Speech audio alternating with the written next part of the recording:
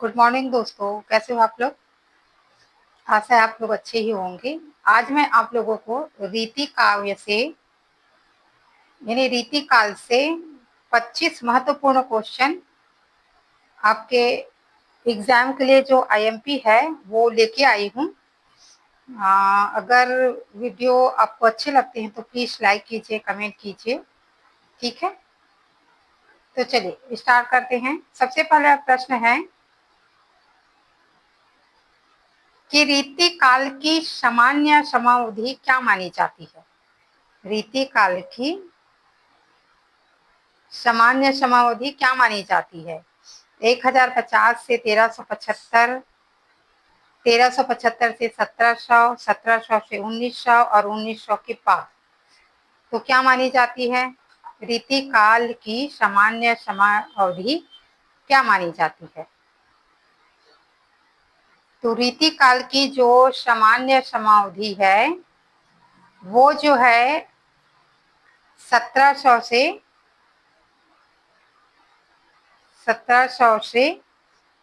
1900 मानी जाती है। सामान्य ना 1700 से 1900, ठीक है। तो ऑप्शन नंबर सी हो जाएंगे। Option number C. विभिन्न विद्वानों के अनुसार क्या क्या माने गए हैं रीति काल का टाइम, ये देख लेते हैं हम लोग। और रीति काल के प्रवर्तक भी कौन है, किसके अनुसार, ये देख लेते हैं, ठीक है। तो रीति काल किसे कहेंगे। संस्कृत साहित्य के विकास में के तृतीय चरण में जो संस्कृत के लक्षण ग्रंथों के आधार पर जो काव्य की रचना हुई है उसे रीति काव्य कहते हैं ना। संस्कृत के लक्षण ग्रंथों के आधार पर, ठीक है, काव्य की रचना हुई से रीति काव्य कहते हैं। और जिस काल खंड में रचना हुई है उसे रीति काल कहते हैं, ठीक है। जिस काल खंड में यह रचना हुई है उसको रीति काल कहते हैं। आया समझ में, ठीक।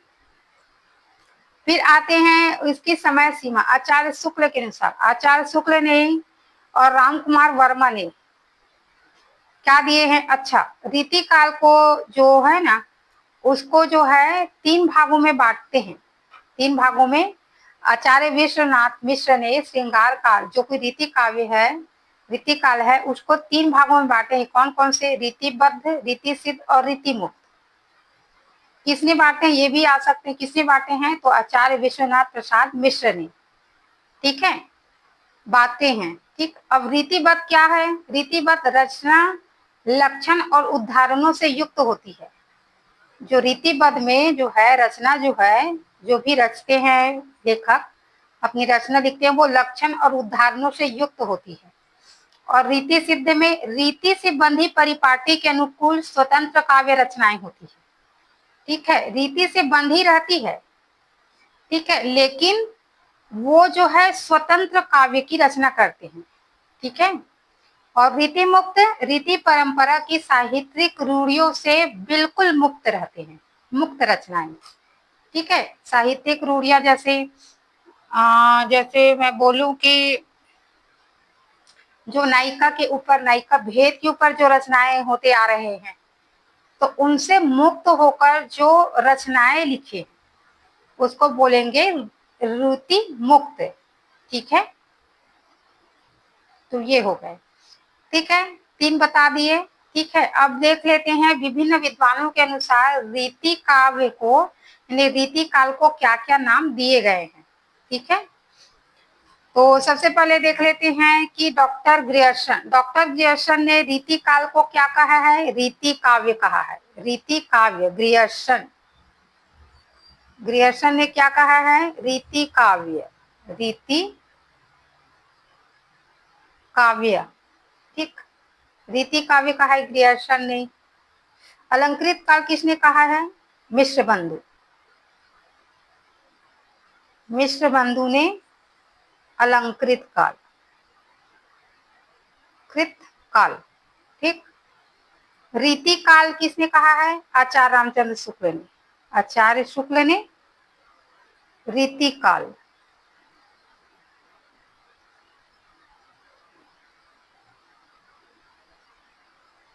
शुक्ल, शुक्ल ने क्या कहा है? रीति, रीतिकाल। ठीक।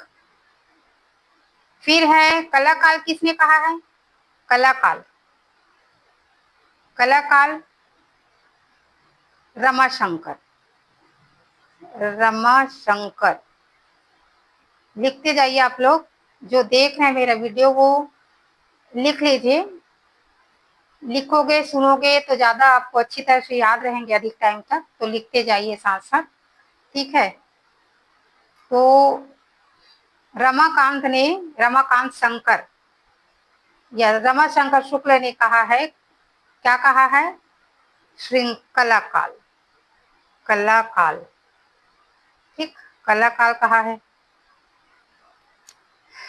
इसको ऐसे याद रख सकते हो, कला, कला जो है शंकर की कला है शंकर की। और श्रृंगारकार विश्वनाथ, विश्वनाथ ने क्या कहा है? श्रृंगारकार। ठीक, श्रृंगार यानी विश्व का श्रृंगार करते, ऐसा मैं ट्रिकी वे में बताई थी। और एक है त्रिलोचन, त्रिलोचन, त्रिलोचन ने क्या कहा है? त्रिलोचन ने अंधकार काल कहा है, अंधकार काल। ठीक है, इसको ऐसे ही रख सकते हो कि लोचन, लोचन जो है देख सकते हैं ना, तो उसने देखा कि चारों तरफ अंधकार ही अंधकार है ऐसा करके, तो त्रिलोचन अंधकार काल। तो ठीक है, ये हो गए सबके। मैं यहाँ पे पांच लोगों, छह है, सॉरी 6 लोग हैं जो रीतिकाल को क्या क्या माने हैं वो बताई हूँ। अब प्रवर्तक, प्रवर्तक देख लेते हैं, प्रवर्तक किसको माने हैं, किसने? तो डॉक्टर नगेंद्र ने केशव दास को माने हैं। ठीक है, डॉक्टर नगेंद्र ने केशव दास को माने हैं, लेकिन रामचंद्र शुक्ल ने जो है चिंतामणि को माना है। ठीक है, रीतिकाल के प्रवर्तक। ठीक है, रीतिकाल के प्रवर्तक शुक्ल ने क्या माने हैं? शुक्ल ने चिंतामणि को माने हैं। ठीक है, चिंतामणि को। और नगेंद्र ने, नगेंद्र ने केशव दास को माने हैं, केशव दास। ठीक है, तो ये हो गया। ठीक, चलिए नेक्स्ट क्वेश्चन देखते हैं। यहाँ पे लिखा है देखो, रीति को अन्य किस नाम से जाने जाते हैं? वीरगाथा काल, श्रृंगार काल, आधुनिक काल, भक्ति काल। तो ये श्रृंगार काल। और श्रृंगार काल किसने कहा है? किसने कहा है? अभी जस्ट बताई हूं मैं। श्रृंगार काल किसने कहा है? अभी जस्ट बताई हूं ना मैं। एक मिनट ना।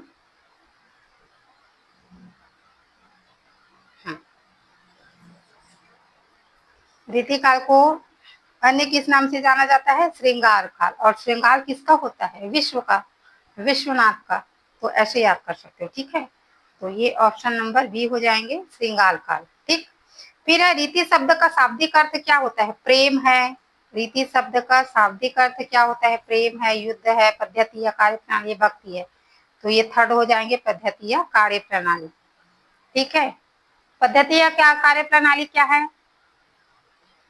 यानी जिसका अर्थ है पद्धति कार्य प्रणाली, यानी संस्कृत के जो तृतीय चरण में ना, संस्कृत के साहित्य के विकास के जो अंतिम चरण थे, ऐसा बोल सकती हूँ, अंतिम चरण। तो उसी टाइम जो है संस्कृत के लक्षण ग्रंथों के आधार पे जो काव्य लिखे उसको बोलते हैं रीति काव्य। ठीक है, फिर रीति काल में किस तत्व की प्रधानता थी? वीरता, भक्ति, कामुकता, श्रृंगारिता की, कामुकता की प्रधानता थी। ठीक है, रीति काव्य काल में काव्य के किस पक्ष पर सर्वाधिक बल दिया गया? भाव, कला, धार्मिक, सामाजिक। तो कला पक्ष ही ज्यादा है ना। कला पक्ष, कला पक्ष कैसे कि उसमें कहना चाहिए कि श्रृंगार काल, कौन सा श्रृंगार के ऊपर ज्यादा ही, कुछ ज्यादा ही मेहरबान थे, ऐसा बोल सकते हो। लेखक उस टाइम के जितने भी कवि हुए।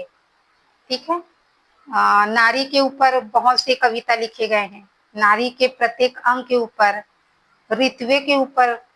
तो इस टाइप का।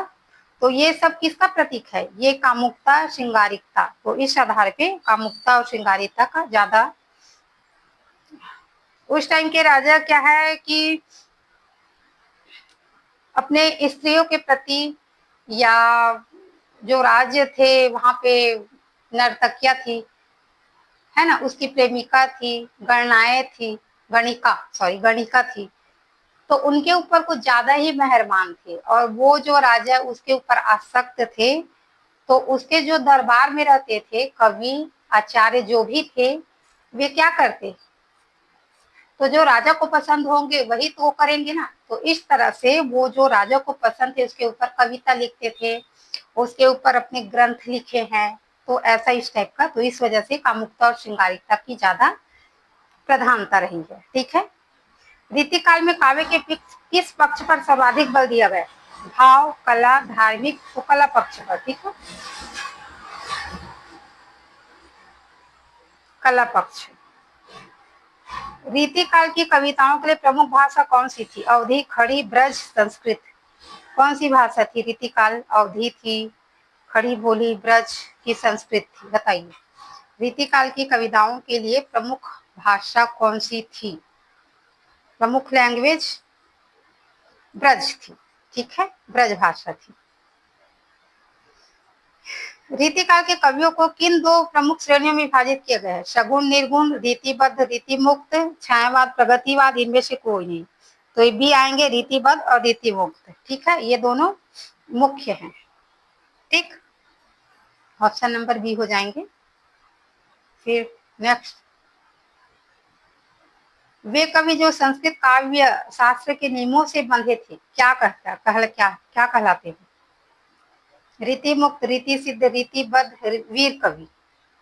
तो जो बंधे थे वो क्या कहलाएंगे? बताइए। जो बंधे थे ना वो क्या कहलाएंगे?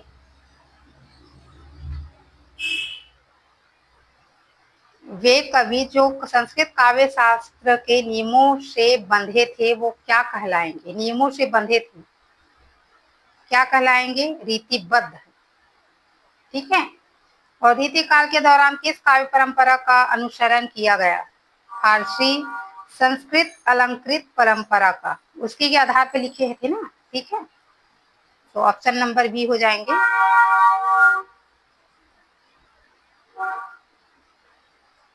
फिर है, रीतिकाल में नायक नायिका भेद का आधार क्या था? क्या था? इतिहास, संस्कृत काव्य शास्त्र, लोक कथाएं, समकालीन राजनीति। क्या था? नायक नायिका के भेद जो संस्कृत काव्य शास्त्र थे। आचार्य केशव का जन्म कब हुआ? केशवदास का जन्म कब हुआ था? कब हुआ था? 1500 में, 1555 में, 1600 में, 1650। बताइए। आचार्य केशव दास।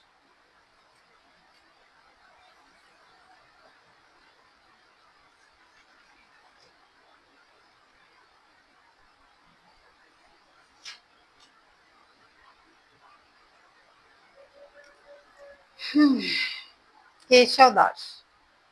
कब हुआ था केशव दास का जन्म?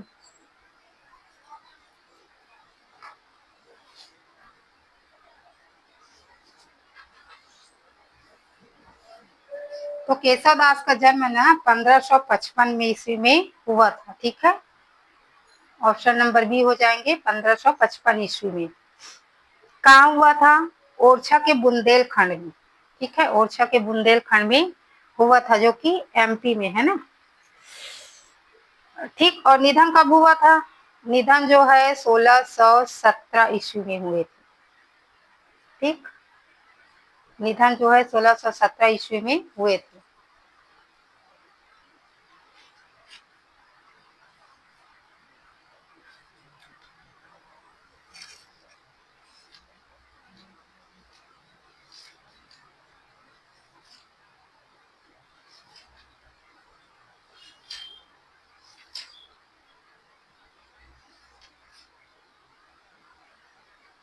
नेक्स्ट क्वेश्चन है, नेक्स्ट है कि हाँ, यहाँ पे दिया है केशव दास का जन्म कहाँ हुआ था? तो ओरछा में हुआ था। Option number A. Keshav Das किस राजा के दरबारी कवि, मंत्री और गुरु थे? शिवाजी, छत्रसाल, इंद्रजीत, मधुकर शाह। बताइए। केशव दास किस राजा के दरबारी कवि, मंत्री और गुरु थे? बताइए।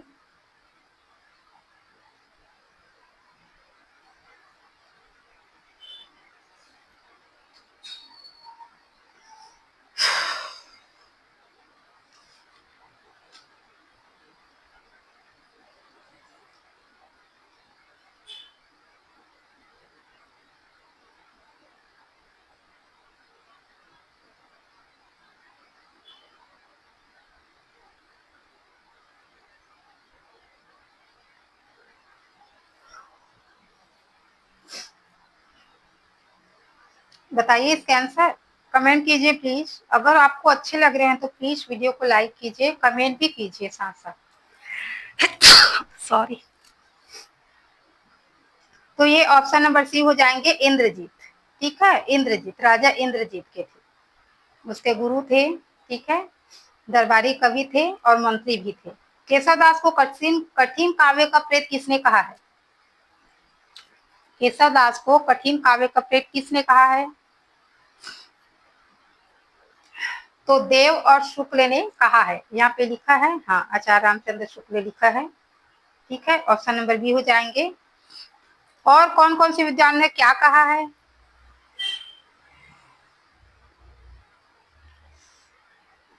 संस्कृत के शास्त्री पंडित, ये डॉक्टर बच्चन ने कहा है। संस्कृत के शास्त्री पंडित, ये डॉक्टर बच्चन ने कहा है।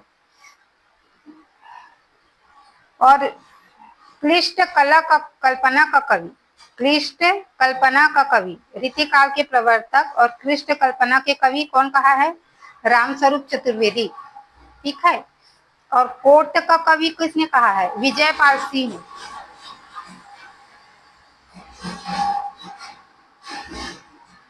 विजयपाल सिंह ने कहा है कोर्ट का कवि। ठीक है, किसका कवि?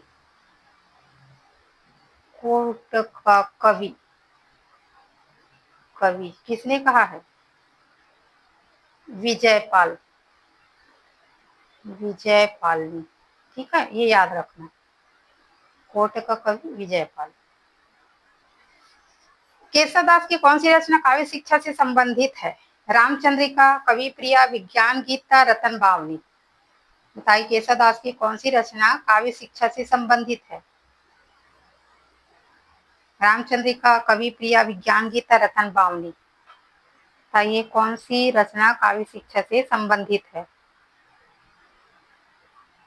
तो ये जो कवि प्रिया है ना, वो काव्य रचना से संबंधित है। ठीक है, Kavi Priya, option number sorry option number B हो जाएंगे, कवि प्रिया। ये जो चारों रचनाएं हैं ना, उसके बारे में थोड़ा थोड़ा बता देती हूँ। ठीक है, चलिए।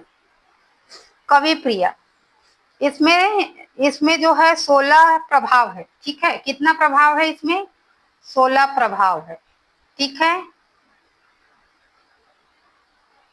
रामचंद्रिका में 39 प्रकाश है, 39, 39 प्रकाश, जिसको अध्याय या सर्ग भी बोलते हैं। ठीक है, 39 प्रकाश है, लेकिन वैसे बोलते हैं 39। ठीक है,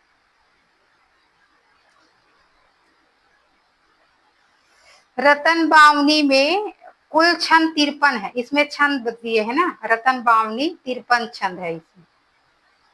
ठीक, और है विज्ञान गीता। विज्ञान गीता में ना 21 सर्ग है, 21 सर्ग। विज्ञान गीता में कितने हैं?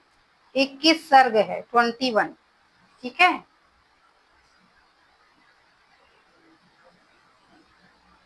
विज्ञान गीता में 21 सर्ग है।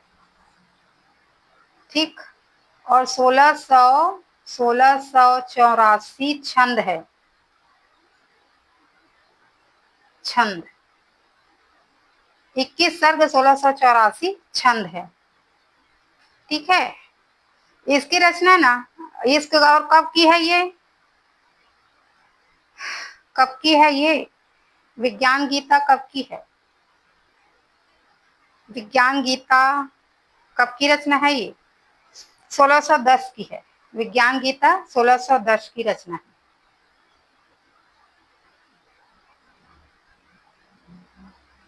1610, ठीक है।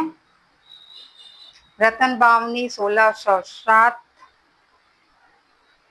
7 है 1600।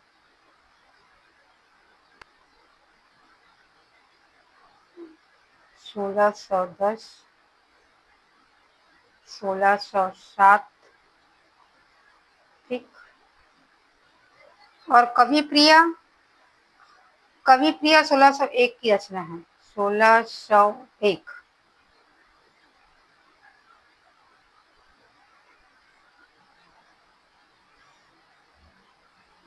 और रामचंद्रिका, रामचंद्रिका भी 1601 की रचना है ना, 1601 की है। इस तरह से 1601, 1601, रामचंद्रिका, कवि प्रिया दोनों 1601 है। विज्ञान गीता 1610 और ये 1607। ये पूरा ऐसे लिखाते नहीं, पता नहीं, ठीक है, हो गया। रामचंद्रिका में 1717 रामचंद्रिका में 1717 छंद है, ठीक है, हो गया। ठीक, जो आपको जानना था थोड़ा थोड़ा मैं बता दी हूँ, ठीक है। चलिए नेक्स्ट चलते हैं। रामचंद्रिका में किस भाषा का प्रभाव अधिक है? ब्रज, अवधी, संस्कृत, बुंदेली, बताइए। रामचंद्रिका में किस भाषा का प्रभाव अधिक है?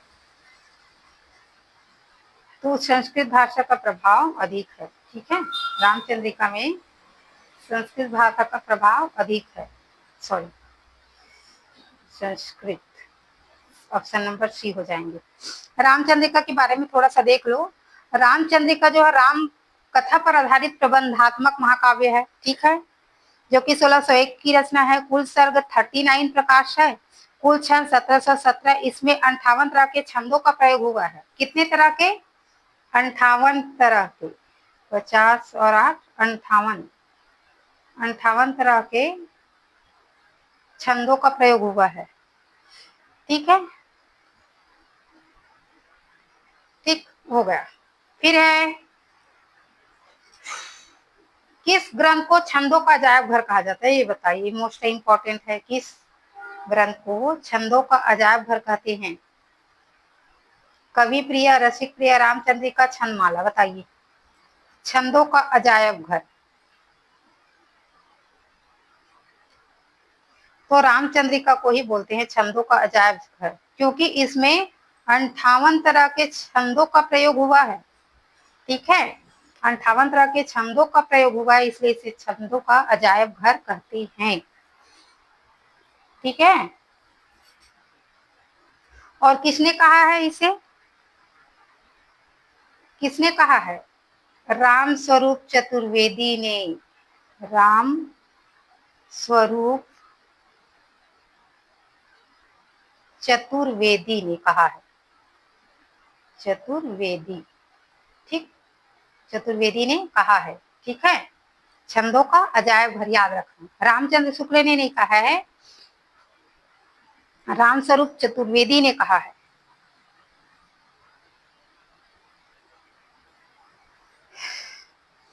तो रामचंद्र शुक्ल ने क्या कहा है? रामचंद्र शुक्ल ने कठिन काव्य का प्रेत कहा है, ठीक है, ठीक, कठिन काव्य का प्रेत कहा है। नेक्स्ट है, केशवदास द्वारा रचित वैराग्य संबंधी ग्रंथ कौन सा है? विज्ञान गीता है, रतन बावनी है। केशवदास द्वारा रचित वैराग्य संबंधी ग्रंथ कौन सा है? विज्ञान गीता, रतन बावनी, वीर सिंह चरित, नखशिख, कौन सा है?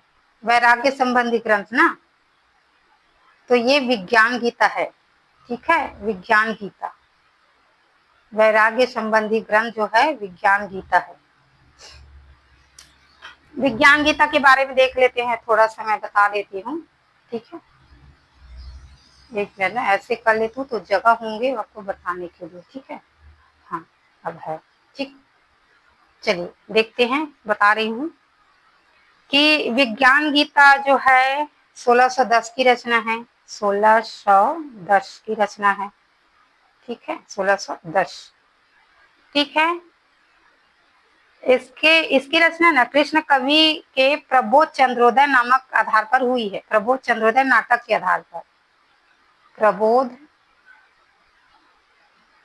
चंद्रोदय,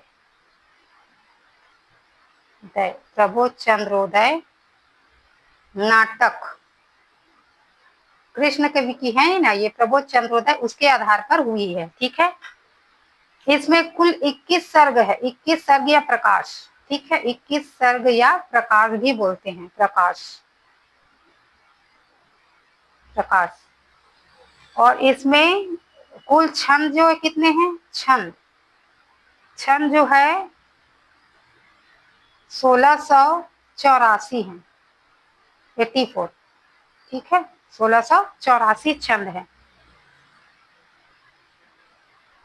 और इसी रचना में ना केशवदास एक आचार्य और धर्म गुरु के रूप में सामने आते हैं।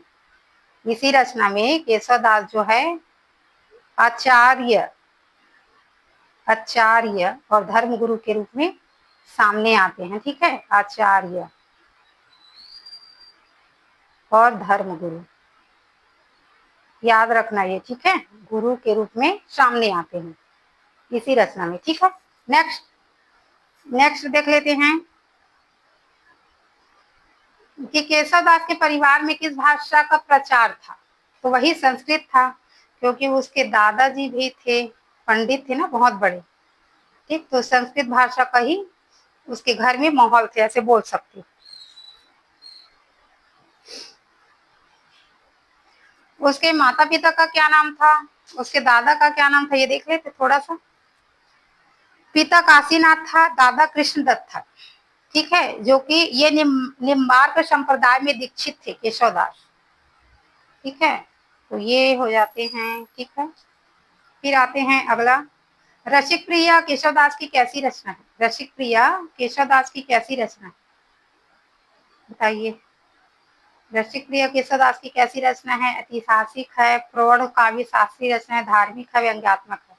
तो ये प्रौढ़ काव्य शास्त्रीय रचना है रसिक प्रिया। ठीक,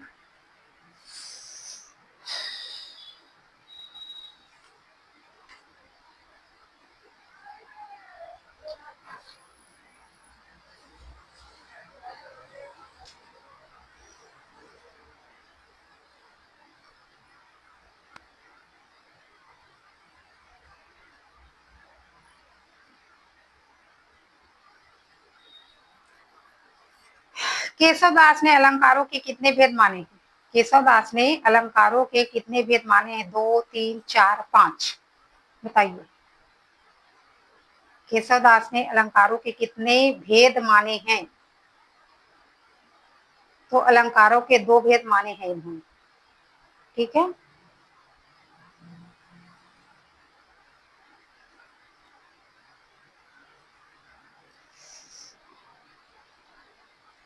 रसिक प्रिया के बारे में थोड़ा सा देख लेते हैं। इसमें 16 अध्याय है ना। रसिक प्रिया जो है ये 1591 की रचना है। रसिक प्रिया जो है, रसिक प्रिया, एक मिनट ना, 1591 की रचना है। ठीक है, रसिक प्रिया 16 अध्याय है, 16 अध्याय है। ठीक,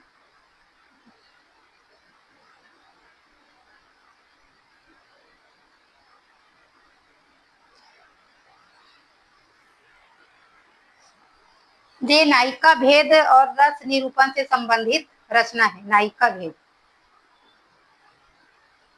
नायिका भेद व रस निरूपण से संबंधित रचना है। रस निरूपण, रस निरूपण से संबंधित रचना है। ठीक है,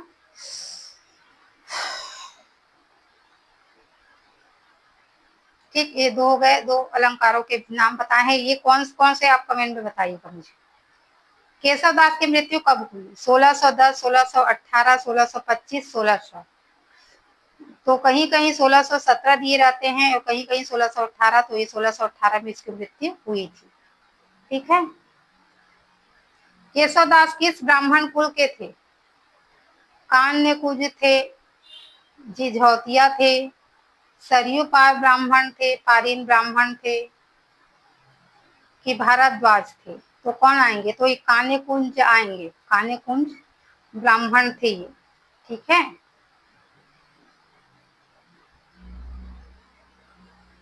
नहीं नहीं नहीं, सॉरी, गलत बोल रही हूँ मैं। ये जो है 23 का बी दिए हैं ऑप्शन में इसमें, तो ये तिझौतिया, जिझौतिया ब्राह्मण थे, ठीक है। मुझे ये कंफ्यूज लग रहा है ये, अगर गलत लगे ना तो मैं कमेंट कर दूंगी, ठीक है। आप लोग कमेंट करके बताइएगा, ठीक है। फिर कवि प्रिया किसके लिए लिखी गई है? इंद्रजीत के लिए, प्रवीण राय के लिए, मधुकर शाह के लिए, बिहारी के लिए। तो कवि प्रिया जो है प्रवीण राय के लिए लिखी गई थी, ठीक है, प्रवीण राय। और ये प्रवीण राय कौन है? ये राजा जो इंद्रजीत थे ना, उसकी जो है प्रेमिका थी, ठीक है। इसलिए उसको शिक्षा देने के लिए, अलंकार से संबंधित और रस से संबंधित शिक्षा देने के लिए ये इस ग्रंथ की रचना की थी, ठीक है। जहांगीर जस चंद्रिका में किसका यशोगान है? तो जहांगीर का ही है, नाम से ही है, ठीक है। जहांगीर में जहांगीर से ही है, ठीक है। तो ये हो गए आज के 25 क्वेश्चन, ज्यादा नहीं करूंगी, फिर नेक्स्ट हम लोग 25 करेंगे, और इतना ये लंबा हो जाएंगे तो फिर बोरिंग लगते हैं, तो इतना ही सही है। और प्लीज अगर वीडियो आपको अच्छे लगे हैं तो प्लीज लाइक कीजिए, कमेंट कीजिए और सब्सक्राइब कीजिए, ताकि और आने वाले वीडियो ऐसी एमसीक्यू लेके मैं आती रहूंगी जो आपको मिलते रहेंगे, ठीक है। ये आंसर है सबके, देख लीजिएगा आप यहाँ से यहाँ तक, एक बार मिलान कर लीजिएगा कि मैं सही बताई हूँ कि नहीं, ऐसा करके। तो ये आंसर है, ठीक है। तो तब तक के लिए धन्यवाद आप लोगों का देखने के लिए, सपोर्ट करने के लिए, और ऐसे ही मुझे सपोर्ट करिए, क्योंकि मैं नई नई लेके वीडियो आई हूँ, तो प्लीज कमेंट कीजिए और सपोर्ट ऐसे ही करते रहिएगा मुझे, ठीक है। तो फिर मिलते हैं नेक्स्ट वीडियो में, तब तक के लिए बाय, धन्यवाद।